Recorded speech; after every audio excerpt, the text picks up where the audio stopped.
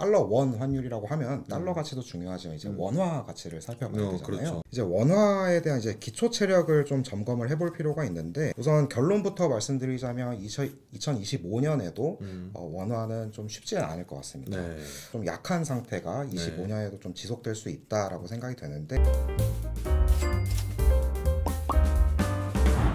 안녕하세요. KB국민은행 자본시장영업부 수석 이코노미스트 문정입니다. 이번 시간에는 2025년도 글로벌 경제 및 금리, 환율 전망에 대해서 알아보는 시간을 갖겠습니다. 우리가 세계경제 전망에 있어서 가장 많이 보는 지표가 두 가지인데요. 첫 번째는 OECD 경기선행 사이클이고 두 번째는 글로벌 PMI 지수입니다. 최근까지 OECD 선행경제 사이클은 기준치 100을 상회하고 있어서 글로벌 경기는 완만한 확장 국면을 이어가고 있다고 볼 수 있겠는데요. 글로벌 PMI 지수를 보면은 일단 제조업 같은 경우에는 기준치를 하회하면서 제조업 경기는 좀 부진하지만 서비스업 지수가 기준치 50을 상회하고 있어서 전체 경기는 서비스업, 특히 소비 이런 부분에서 성장이 좀 주도하고 있다라고 볼 수 있을 것 같습니다. 다음은 IMF의 세계경제 전망인데요. 보통 주로 이제 참고하는 부분이 이제 IMF 전망치입니다. IMF에서 세계경제 전망을 내년 올해 3.2%, 내년 3.2%로 거의 동일하다라고 보고 있는데요. 선진국 같은 경우는 1.8%, 내년에도 1.8%로 유사하고 신흥국 역시 마찬가지로 올해 4.2, 내년 4.2%로 거의 동일합니다. 그런데 국가별로 보면은 미국 같은 경우는 2.8%에서 2.3%로 낮췄고요. 그런데도 불구하고 선진국 경기가 올해 내년 유사하다는 얘기는 미국을 제외한 다른 국가들, 유로 지역이나 아니면은 영국, 일본 이런 국가들이 올해보다 성장이 좀 개선된다고 볼 수 있겠는데요. 유로 지역이나 영국이나 아니면 일본 같은 경우는 올해 상당히 성장이 저조했습니다. 그런데 금리를 인하하고 물가가 안정을 보이면서 아무래도 경제활동이 다시 선순환 구조를 보이면서 올해보다 내년의 성장률은 좀 올라가는 모습을 보일 것으로 보고 있습니다. 결국에 선진국에서는 미국은 좀 둔화되겠지만 다른 비미국 선진국 국가들이 성장이 좀 개선되면서 전체 선진국 경제는 올해와 내년의 성장률이 거의 유사하다라고 볼 수 있을 것 같습니다. 다음은 신흥국 쪽에서도 사실 이제 중국이나 인도, 러시아 같은 대표적인 신흥국 경제는 올해보다 내년 성장률이 좀 둔화될 거라 보고 있는데요. 중국 같은 경우는 4.8%에서 4.5%로 한 0.3%포인트 나아질 거로 보고 있습니다. 그런데도 불구하고 신흥국 경제 역시 올해 내년 4.2% 성장을 예상이 되고 있는데요. 이런 부분은 올해 성장이 저조했던 브라질이나 아니면 멕시코 같은 국가들의 성장이 올해보다 좀 높을 거다라고 보는 것 같습니다. 한국 경제 성장률도 올해 한 2.4%에서 내년에 2.2%로 좀 둔화될 거로 보고 있어서 사실 이제 올해 성장이 좋았던 국가들, 미국이나 한국이나 이런 국가들은 내년에 성장이 좀 둔화되고 반면에 올해 성장이 안 좋았던 국가들이 내년에 성장이 개선되면서 전체적인 글로벌 경제 성장은 올해 내년이 거의 유사하다라고 보고 있습니다. 다음은 이제 물가인데요. 물가 측면은 올해보다 내년에 좀 둔화될 거로 보고 있는데요. 대표적으로 이제 원자재 가격이 좀 계속 좀 낮아지고 있고 IMF 같은 경우는 내년에 한 10% 이상 하락할 거로 보고 있고 특히 대표적으로 유가 같은 경우가 올해 한 배럴당 WTI 기준으로 한 76불 정도 예상하는데 내년에 한 70불 정도, 블룸버그 컨센서스는 한 73불 정도 되기 때문에 전체적으로 올해보다 내년에 상품 가격이 떨어질 거로 보고 있습니다. 다만 이제 서비스업 물가 같은 경우에 개인 서비스나 아니면 주거비, 외식이나 이런 부분이 물가가 여전히 높기 때문에 올해보다 내년에 상품 가격은 떨어지더라도 서비스 물가는 그대로 좀 유지될 거로 예상이 되는데요. 전체적인 물가 상승 압력은 그래도 올해보다 내년은 좀 둔화될 거라고 볼 수 있을 것 같습니다. 이렇게 물가 압력이 낮아지면서 결국에는 전 세계적인 금리 인하 사이클도 계속 유지가 될 거로 보고 있는데요. 이미 올해 2024년에 금리를 인하했던 유로 지역뿐만 아니라 최근에 이제 금리 인하에 동참했던 미국 같은 경우도 마찬가지고 한국도 이제 금리 인하가 시작이 됐죠. 그래서 2025년에도 유로 지역, 영국 그리고 미국과 한국이 전체적으로 다 금리를 인하하는 사이클에 동참할 거로 보고 있습니다. 대표적으로 미국 같은 경우는 올해 4.5%까지 연말에 내릴 거로 보고 있고요. 0.25% 추가로 내릴 거로 보고 있고 내년에 4.5%에서 연말에 3.5%로 분기당 0.25%포인트씩 1회로 금리를 인하할 거다라고 예상이 되고 있습니다. 이런 부분은 물가는 좀 안정이 되고 성장률 같은 경우도 2024년보다 2025년에 좀 나아질 거로 보기 때문에 결국에는 성장률 둔화 그리고 물가 둔화로 인해서 상당히 연준의 고금리가 좀 내려가는 쪽 인하 압력이 상당히 좀 커질 거다라고 예상이 되고 있습니다. 다만 경기 자체가 연착륙이나 아니면 하드 랜딩이 아니기 때문에 이런 부분에서는 분기당 1회 정도 인하하는 사이클이 좀 적정하지 않을까라고 예상이 됩니다. 마찬가지로 유로 지역도 그렇고 영국도 지금 상당히 좀 고금리, 계속 고금리이기 때문에 금리 인하 압력이 계속 커질 거로 보고 있고요. 한국 같은 경우에도 10월에 이제 금리 인하가 시작이 됐죠. 아마 올해 같은 경우는 금리 인하가 좀 어렵지 않을까라 보고 있는데 내년에는 성장률도 낮아지고 물가도 지금 2% 이하로 내려왔기 때문에 글로벌 금리 인하 사이클에 동조해서 내년에 한 3회 정도, 그러니까 2.5%까지 금리를 내릴 가능성이 높다라고 보고 있습니다. 네, 마지막으로 내년에 이제 세계 경제에도 주목할 부분은 뭐 리스크 요인이라고 볼 수 있는데요. 첫 번째는 전쟁 리스크가 여전히 남아있죠. 러시아 우크라이나 전쟁도 있고 이스라엘과 이란의 전쟁, 그리고 한반도의 지정학적 리스크, 이런 리스크 부분은 올해뿐만 아니라 2025년에도 아마 지속될 것이다라고 봐야 될 것 같고요. 미국 같은 경우에도 지금 정권이 바뀌었죠. 트럼프가 승리하면서 내년 이제 공화당이 다시 집권하는 그런 시기가 오는데, 트럼프 대통령이 이미 후보 때 공약으로 내세운 게 대규모 감세, 그 다음에 재정적 축소, 그리고 보편적 관세, 특히 중국에 대해서는 고율 관세를 얘기를 했습니다. 지난 2018년에 시작했던 미중 갈등이 다시 한번 재격돌될 가능성이 높고, 만약에 트럼프 대통령이 당선된 이후에 중국의 고율 관세를 부과했을 때 또다시 이제 중국과 미국의 교역량 갈등의 문제, 그런 것들은 이제 아무래도 직접적으로 이제 수출 비중이 높은 한국이나 대만 같은 경우에는 경제적인 피해가 있을 수도 있습니다. 그래서 트럼프 당선 이후에 트럼프 정책이 어떻게 될 거냐라는 부분은 사실 예측하기 좀 쉽진 않은데요. 다만 이제 트럼프 대통령이 된다고 해서 당장 뭐 공격적인 정책을 할 경우에는 내부적으로도 반발이 좀 있을 수 있고, 글로벌 전체적으로 또 다시 한번 원성이 있을 수 있기 때문에 이런 부분 본다면 정책을 뭐 급격하게 추진하기 좀 어렵지 않을까라고 보고는 있습니다. 그럼에도 불구하고 미국의 전체적인 재정 정책이나 아니면은 외교 정책들, 그런 것들이 바뀔 수 있기 때문에 그런 부분은 아무래도 2025년 글로벌 경제 그리고 금융시장에서 가장 중요한 정책적인 변화가 있을 거라고 볼 수 있을 것 같습니다. 다음은 2025년도 금리 전망에 대해서 들어보는 시간 갖겠습니다. 안녕하십니까. 자본시장그룹 장현상 이코노미스트입니다. 올해 금리 인하가 이제 시작이 됐습니다. 그런데 이제 시장 금리는 상당히 좀 변동이 좀 있었던 것 같아요. 네, 올해 이제 드디어 미국이 금리를 내렸고요. 이미 유로는 이미 내렸죠. 6월부터 내리기 시작했고, 그리고 한국 같은 경우는 뒤늦게 이제 10월 달에 금리를 내리기 시작했습니다. 올해 근데 사실상 연초에 미국이 금리를 내릴 거다, 뭐 6번 내릴 거다 이런 얘기도 있었는데 실제로는 이제 9월에 내렸어요. 이 미국의 금리를 이렇게 늦게 내린 이유나 아니면 다른 국가들이 먼저 이렇게 금리를 내린 이유가 뭐가 있을까요? 먼저 미국 같은 경우에는 연초에는 좀 미국의 물가 상승률이 상당히 빠르게 낮아질 것이라고 생각을 했었는데 예상보다 물가 둔화 속도가 상당히 좀 빠르게 진행되지는 못했습니다. 아무래도 주거비 문제도 있고 이제 뭐 지정학적 리스크로 인한 국제유가가 그렇게 뭐 빠르게 떨어지지 않았던 점도 좀 들 수 있겠는데요. 그러다 보니까 이제 연준의 정책금리 인하 시점이 계속 뒤로 밀리는 상황이 나왔습니다. 아무래도 파월 연준의장이 이제 정책금리 한번 이제 인하를 하기 시작하면 계속 내려야 한다는 점도 어느 정도 부담이 좀 작용을 할 수 있다고 보여지는데요. 그래가지고 이제 정책금리 인하 시점이 좀 뒤로 밀리다 보니까 좀 미국 경기에 대한 좀 이제 우려가 되게 좀 많이 올라온 상황이었습니다. 실제로 이제 고금리가 좀 되게 장기화되다 보니까 아무래도 이제 시장 그 노동 지표가 점차 좀 이제 부진한 모습을 보이는 상황에서 이제 9월에 있던 이제 8월 실업률이 이제 좀 4.3%까지 이제 상승해서 이제 샤메 법칙이라는 이제 경기 침체 지표를 충족시키는 그 상황이 벌어졌거든요.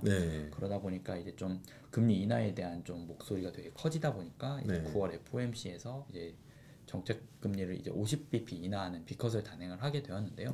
이제 그러다 보니까 이제 어느 정도 이제 연준에서 이제 시장을 보고 있다라는 이제 인식이 좀 심어지게 되고, 11월에도 이제 물가가 이제 조금씩 낮아지고 고용도 어느 정도 둔화되고 있기는 하지만 그래도 이제 어느 정도 정상화 과정에 있다고 보여지기 때문에 11월에도 이제 추가적으로 25bp 인하를 단행을 하게 되었습니다. 물가가 이제 좀 앞으로 조금 반등을 할 수도 있기는 하지만 그래도 이제 물가가 뭐 2%대로 낮은 수준을 기록하고 있기 때문에 12월에도 추가적으로 인하를 이제 진행을 할 가능성이 높아 보이고 있습니다.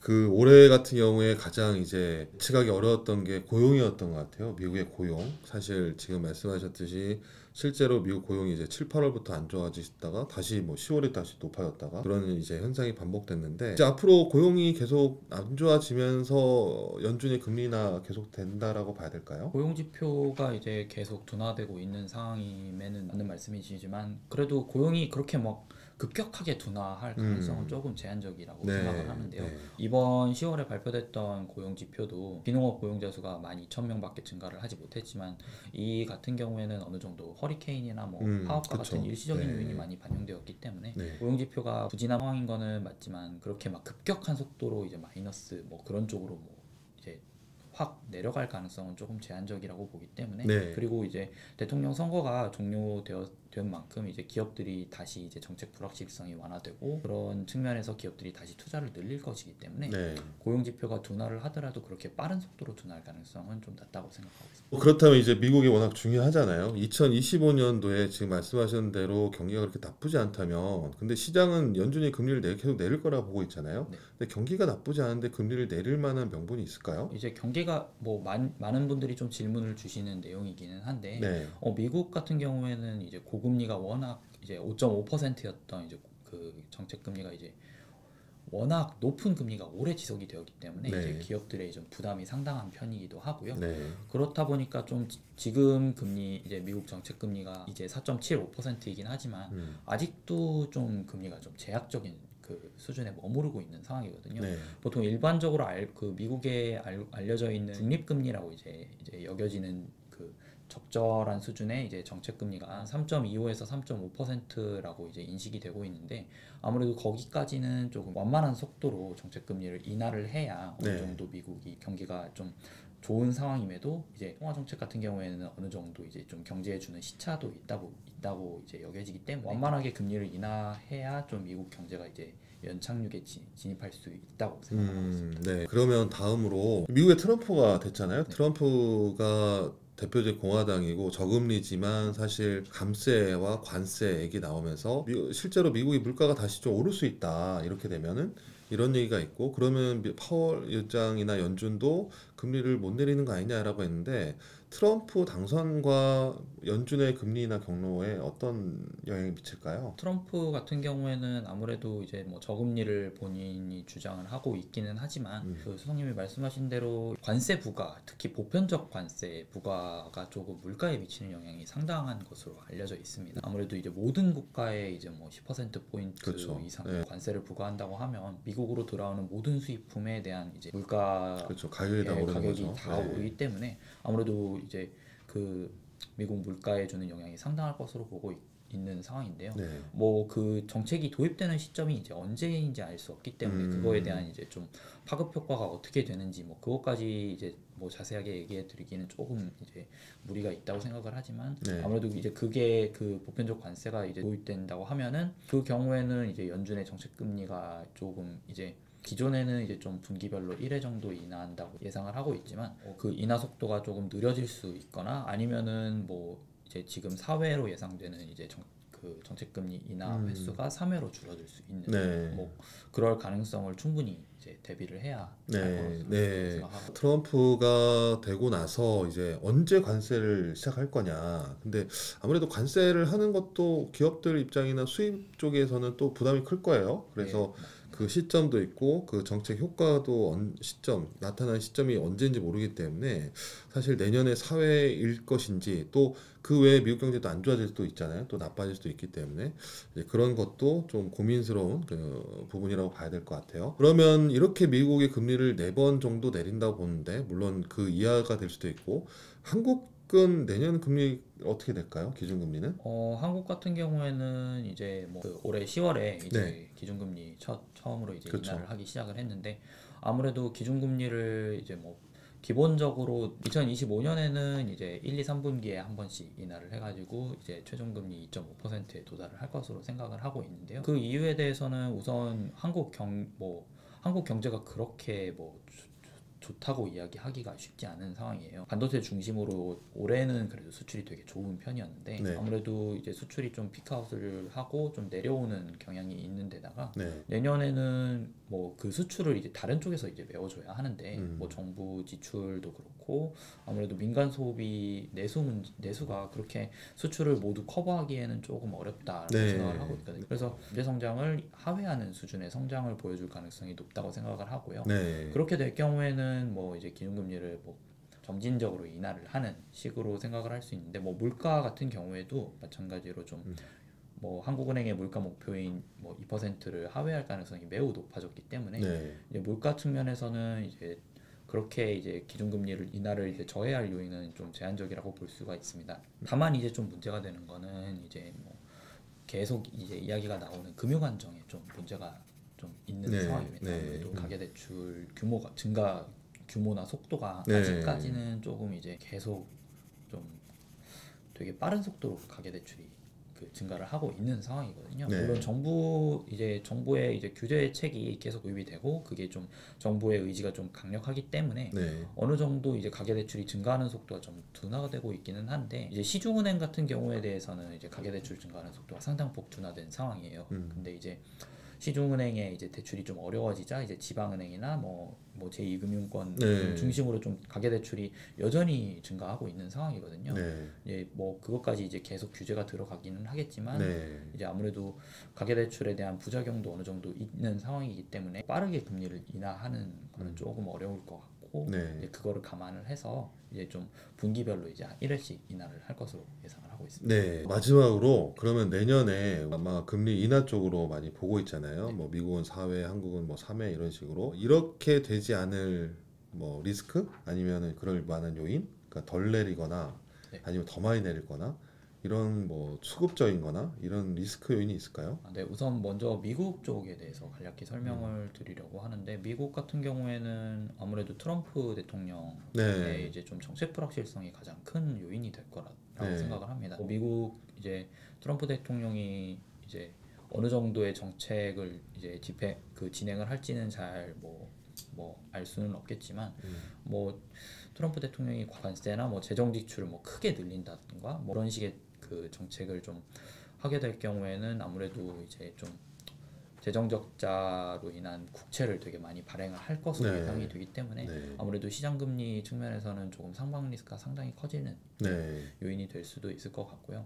국내 쪽에서는 이제 두 가지 요인을 들 수 있는데요. 먼저 10월에 있었던 이제 예산안 발표를 들 수가 있겠는데 예산안 발표에서 이제 2025년 국채 발행 계획을 좀 예상보다 되게 많은 이제 국채 발행 계획을 그렇죠. 발표를 했어요. 네. 이제 그래가지고 이제 아무래도 국채 발행 규모가 상당폭 늘어나게 되면은 이제 수급적인 요인이 네. 좀 부각이 될 수가 있는데 국내 국고채 발행 같은 경우에는 상반기에 좀 그 비중이 되게 많이 집중되는 경향이 그쵸. 있는 네. 상황인데 네. 그렇게 될 경우에는 수급 우려가 되게 커질 확률이 매우 높아지는 네. 상황이고요. 네. 대신에 이제 좀 그 수급 쪽에서 긍정적인 요인으로 이제 작용을 할 수 있는 거는 아무래도 이제 그 얼마 전에 이제 WGBI에 공식적으로 이제 편입이 되었기 때문에 이와 관련해서 외국인들의 이제 자금이 이제 국내 채권 시장으로 들어올 수 있는 이제 상황이 되었습니다. 이제 네. 뭐 공식적인 편입 일정은 11월부터 이제 편입이 진행이 되기는 하지만 그 이전부터 이제 이 일을 추종하는 이제 외국인 이제 액티브 자금들이 점진적으로 들어올 수 있기 때문에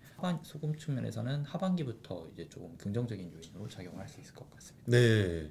지금까지 금리 전망을 들어봤습니다. 네, 다음은 2025년도 환율 전망에 대해서 들어보겠습니다. 네, 안녕하세요. 이코노미스트 이민혁입니다. 네, 올해 2024년도 환율 예상보다 상당히 높았어요. 지금도 상당히 높은 수준이고 올해 초에 예상했던 거하고 다르게 이렇게 환율이 높게 등락했던 이유가 뭐가 있을까요? 우선 크게 네 가지 이유가 있을 것 같습니다. 생각보다 좀 달러가 굉장히 강했던 측면, 이게 첫 번째고요. 가장 중요한 요인이죠. 네.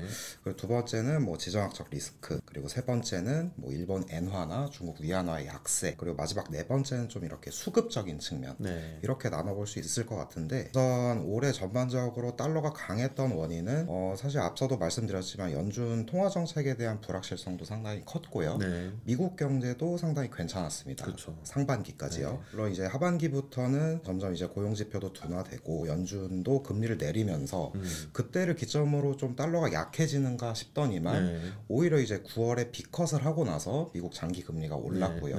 그거에 연동되면서 달러도 다시 강세로 돌아선 상황이었습니다. 거기에 더해서 뭐 최근 뭐 미국 대선도 있었죠. 그렇죠. 트럼프 트레이드다 뭐다 하고 상하원도 뭐 공화당이 모두 가져가는 뭐 이런 레드 스윕까지 발생하면서 금리는 더 올랐고 달러가 초강세로 갔습니다. 이런 부분이 우선 달러원 환율을 끌어올리는 메인 드라이버가 됐던 것 같고요. 그리고 이제 두 번째 원인은 지정학적 지정학적 리스크가 있는데 사실 지정학적 리스크가 불거진 지가 꽤 오래됐습니다. 2022년부터 뭐 러시아 우크라이나 전쟁 때부터 시작이 됐는데 또 이제 23년 넘어오면서는 중동 쪽에서 문제가 생겼고요. 24년에도 이란과 어떤 이스라엘의 이런 갈등이 좀 뭐 국제유가에 대한 뭐 불안이라든지 안전자산 선호 심리 그렇죠. 이런 것들을 좀 자극을 하면서 환율이 상당 부분 높아진 측면도 있는 것 같습니다. 그리고 이제 세 번째는 아무래도 원화 가치 같은 경우는 엔화나 중국 위안화 같은 주변국 통화 가치에 많이 따라가기 마련인데 올해 전반적으로 봤을 때 엔화랑 위안화가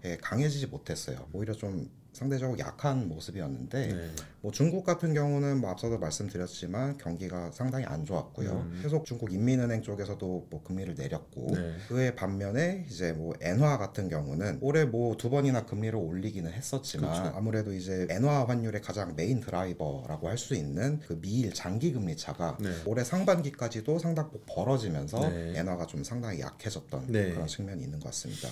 이런 좀 주변국 통화의 약세가 원화 약세에 도 일정 부분 기여하지 않았나라고 생각이 되고 마지막은 이제 수급인데 수급을 볼 때 저희가 가장 중요하게 보는 건 뭐 경상수지 그리고 뭐 해외 투자 이렇게 크게 두 가지 측면으로 볼 수 있는데 올해 1월부터 9월까지 보면은 경상수지 흑자는 646억 달러였습니다. 그만큼 이제 수출로 벌어들인 달러가 그 정도 됐다는 소리인데 반대로 해외로 빠져나간 자금은 올해 1월부터 9월까지 보면 660억 달러였어요. 한 10억 달러 이상 적자가 난 거죠.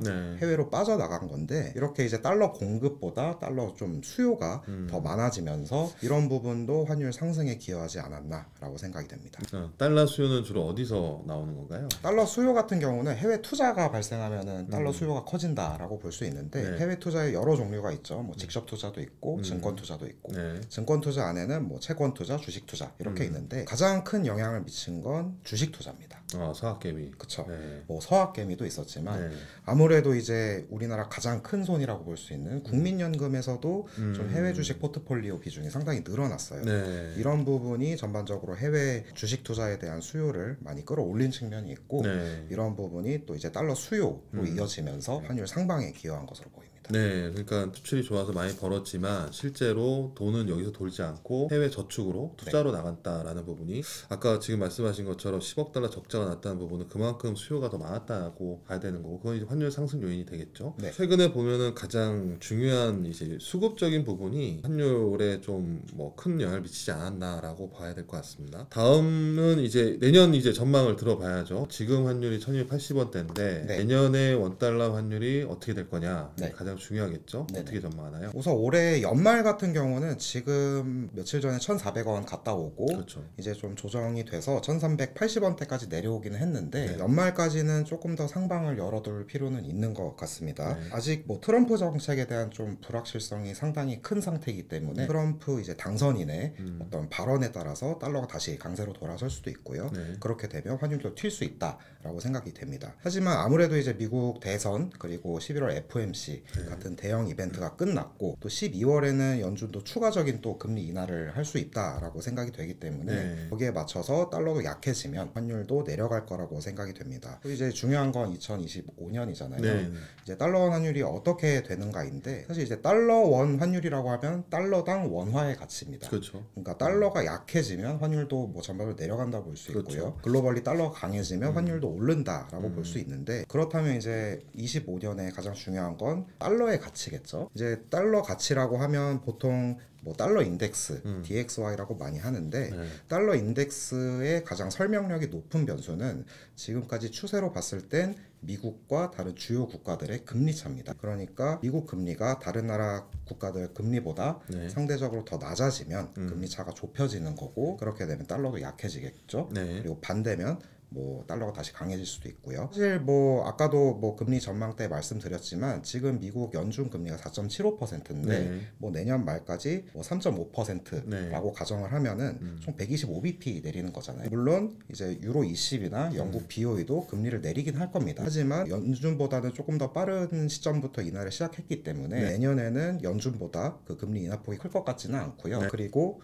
내년 그 금리 차의 가장 그 큰 영향을 미칠 수 있는 게 일본 BOJ입니다. 지금 사실상 일본 물가 상승률도 2%대를 안정적으로 상회를 하고 있고 임금 상승률도 많이 올라왔거든요. 좀 이런 임금과 물가 간의 어떤 선순환 상태 이런 것들이 지속된다면 내년에도 아마 BOJ의 금리 인상 기조는 좀 유지되지 않을까 싶고, 반면에 이제 연준 같은 경우는 금리 인하 사이클에 들어갔기 때문에 양국의 통화 정책이 차별화되는 거죠. 그렇게 되면 이제 금리 차도 좁혀질 거고요. 그거에 맞춰서 달러도 원만하게 약해질 거라고 생각이 됩니다.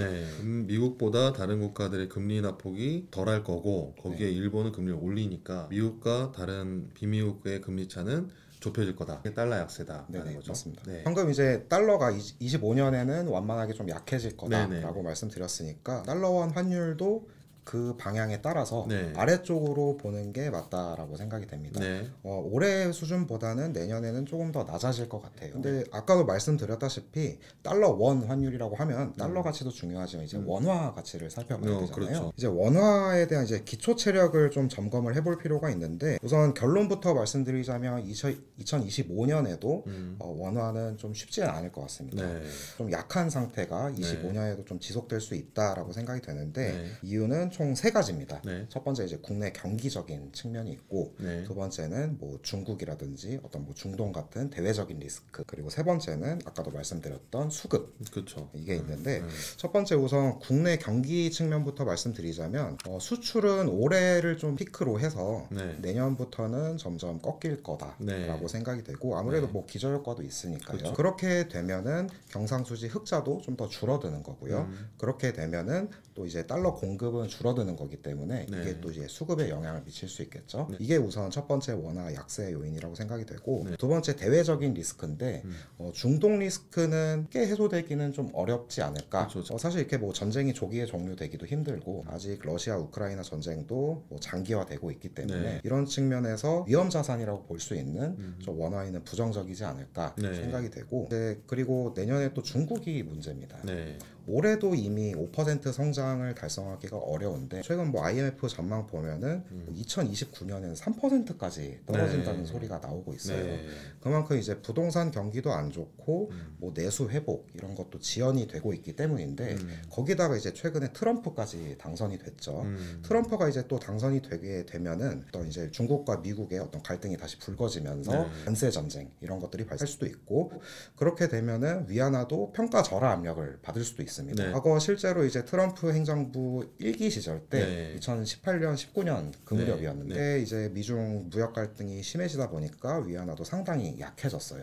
사실 위안화가 약해지면 또 원화도 여기에 그대로 또 따라가는 측면이 있기 때문에 이런 리스크 또한 원화의 약세 요인이라고 생각이 되고, 그리고 마지막 세 번째 원인은 수급입니다. 우선 경상수지 흑자가 뭐 수출 부진 때문에 좀 줄어드는 거니까 달러 공급도 그만큼 감소하는 거겠죠. 그렇다면 이제 달러 수요의 이제 메인 드라이버라고 볼 수 있는 해외 투자를 봐야 되는데, 직접 투자나 뭐 채권 투자 측면에서는 조금 추정하기 어렵지만 주식 투자 측면에서는 우선은 서학개미 같은 경우는 올해랑 마찬가지로 내년에도 해외 주식 투자에 대한 수요가 굉장히 많을 수 있고요. 국민연금 같은 경우에도 25년 운용 계획을 보면은 주식 비중에서 국내 비중은 줄이고 해외 비중은 좀 더 확대하는 것으로 그렇게 계획이 나타나 있습니다. 또 이렇게 되면은 해외로 빠져나가는 자금도 더 크게 늘어날 수 있기 때문에 이런 수급 부담이 원화에는 좀 약세 요인으로 작용하지 않을까 싶고요. 이제 결론부터 말씀드리면 2025년 환율 같은 경우는 방향은 아래쪽으로 보는 게 맞지만 왜냐면 이제 달러가 약해지니까요. 하지만 이제 동시에 원화도 같이 좀 약한 상태이기 때문에 환율이 내려가는 속도가 기대만큼은 빠르지 않을 수도 있겠다라고 생각이 됩니다. 올해도 내려간다고 봤지만 좀 올랐어요, 하반기에. 내년에도 저희가 전체적으로 좀 내려가는 쪽으로 금리도 내려가고 달러도 좀 약세를 보일 거다 보는데, 반대로 갈 가능성, 반대로 갈 만한 요인 뭐가 있을까요? 반대로 갈 가능성도 충분히 있다라고 생각이 됩니다. 뭐 아까는 이제 25년에 상고하저라고 말씀드렸지만 상저하고가 또 될 수도 있어요. 그 이유로는 뭐 여러 가지 좀 불확실성이 있기 때문인데 첫 번째는 연준 통화정책 경로에 대한 불확실성이 상당히 좀 아직까지는 크다라고 생각이 됩니다. 금리 인하 사이클에 진입을 하기 하기는 했지만 최근 이제 트럼프 정부가 당선되고 나서 인플레이션에 대한 그런 우려가 있고요. 또 그렇게 되면은 연준의 금리 경로가 당초 기대보다 늦춰질 수 있기 때문에 이런 부분이 좀 달러 가치를 지지하게 되면 환율도 쉽게 내려가지 못할 것 같습니다. 그리고 이제 두 번째 같은 경우는 아까도 말씀드렸던 중국 리스크인데요. 중국 성장이 완만하게 둔화된다라고 하지만 미중 갈등이 더욱 심화되고 중국의 어떤 교역 고립 이런 것들이 발생하게 되면 내수도 부진한데 수출까지 악화될 가능성이 있습니다. 이렇게 되면 결국은 한국 수출도 타격받을 수밖에 없거든요. 사실 한국의 가장 주력 수출 품목이라고 할 수 있는 게 반도체인데 전체 반도체에서 중국이 차지하는 비중이 홍콩 포함해서 50%입니다. 근데 중국 경제가 내년에도 더 안 좋게 되면은 그 수요가 많이 줄어드는 거겠죠. 그렇게 되면 한국의 대중국 수출 물량 자체도 줄어드는 거기 때문에 그렇게 되면은 국내로 들어오는 달러가 감소하겠죠. 이런 부분도 이제 수급적인 측면으로 작용해서 환율을 끌어올리는, 다시 올려버리게 되는 그런 결과를 낳을 수도 있고, 그리고 마지막 세 번째는 좀 캐캐묵은 주제긴 한데 지정학적 리스크입니다. 2022년부터 이어지고 있는데 최근에 이제 트럼프가 당선되고 나서 좀 북한에 대한 좀 리스크도 좀 커질 수 있다라고 생각이 되고 심지어 올해부터도 북한에 대한 그런 뉴스가 계속 나오면서 환율도 그에 맞춰서 조금씩 올라가는 그런 모습들이 보였었거든요. 내년에도 중동 전쟁이 계속 지속되는 가운데 북한 리스크까지 더 커지게 된다면 이런 전반적인 지정학적 리스크 때문에 원화가 더 약세로 갈 수도 있고 그렇게 되면 당초 예상했던 상고하저보다는 상저하고로 아예 그렇게 방향을 틀어버릴 가능성도 아예 배제할 수는 없다라고 생각이 됩니다. 그러면 내년에 분기랑 환율 흐름 평균 환율 얼마나 될까요? 우선 연평균으로 보면은 올해는 1350원에서 60원대, 내년에는 그것보다는 조금 더 낮아져서 1325원 정도로 생각을 하고 있습니다. 이제 분기별 흐름을 따져보자면 1분기, 2분기에는 상대적으로 좀 더 높을 수는 있을 것 같아요. 아무래도 이제 트럼프 그 2기가 시작되는 해이고 그때 이제 정책에 대한 불확실성이 커질 수도 있고요. 그리고 4월에는 이제 배당 역송금에 대한 것 때문에 달러 수요가 또 늘어날 수 있거든요. 이런 부분도 환율을 내려가지 못하게 하는 요인이 될 수 있다라고 생각이 돼서 아마 내년 상반기에는 중간값 기준으로 한 1350원 정도, 지금 수준보다는 좀 내려오지만 그렇게 급하게 내려올 것 같지는 않다라고 생각이 되고 하지만 이제 하반기로 갈수록 점점 더 내려갈 수 있을 거다라고 생각이 되는데 그때쯤 되면 이제 연준의 금리 인하 사이클도 어느 정도 마무리가 되고 미국 경기도 그만큼 많이 식겠죠. 반면에 이제 WGBI 같은 경우 이제 내년 연말에 편입이 되는데 그때부터는 외국인 패시브 자금들도 많이 유입이 될 거거든요. 물론 이게 환 해지를 하고 들어오느냐 안 하고 들어오느냐에 따라서 좀 다를 수 있겠지만 패시브 자금 같은 경우에는 보통 환 해지를 하지 않고 들어온다라고 합니다. 그렇게 되면은 이제 달러 공급이 조금 더 늘어나면서 수급적으로 좀 부담이 덜 할 수 있고 아마 내년 연말 무렵에는 한 1300원 초반 더 낮아지면 1290원대까지도 내려갈 수 있지 않을까라고 생각을 하고 있습니다. 따라서 2025년 달러원 환율 레인지는 1280원에서 1380원으로 예상합니다. 네, 맞습니다. 사실 시장은 저희가 예측한 대로 다 갈 수는 없잖아요. 사실 지금의 현재 데이터와 현재 수치를 가지고 내년 이제 과거의 경험을 통해서 내년을 전망하기 때문에 사실 이러한 정황을 본다면 금리나 환율이 내려가는 쪽이 타당하지만 올해도 마찬가지로 예상치 못한 변수들, 올해는 대선도 있었고 그다음에 미국의 고용 지표도 예상보다 상당히 좋게 나왔던 부분도 있었고 그래서 그런 부분 때문에 환율이 좀 많이 올랐죠. 금리도 오르고 내년에도 아마 저희가 지금 봤을 때는 금리나 사이클로 본다면 달러는 약세로 가고 달러 환율은 지금보다는 좀 내려가야 된다라고 보는데 사실 미국 정책이 어떻게 될지 모르고 금리나 정책도 그렇고 또 가장 큰 변수가 사실 미국의 글로벌로 본다면 통화 정책은 미국 연준이 리딩을 하는 거죠. 그다음에 재정 정책이나 외교, 안보 이런 것들은 또 미국의 재정 쪽에서 이제 영향을 미치는 거죠. 권력이, 정권이 어떻게 되느냐. 근데 트럼프가 됐기 때문에 사실 미국의 우선주의라고 한다면 글로벌로 봤을 때 상당히 좋지 않은 거예요. 이게 사실 우선주의가.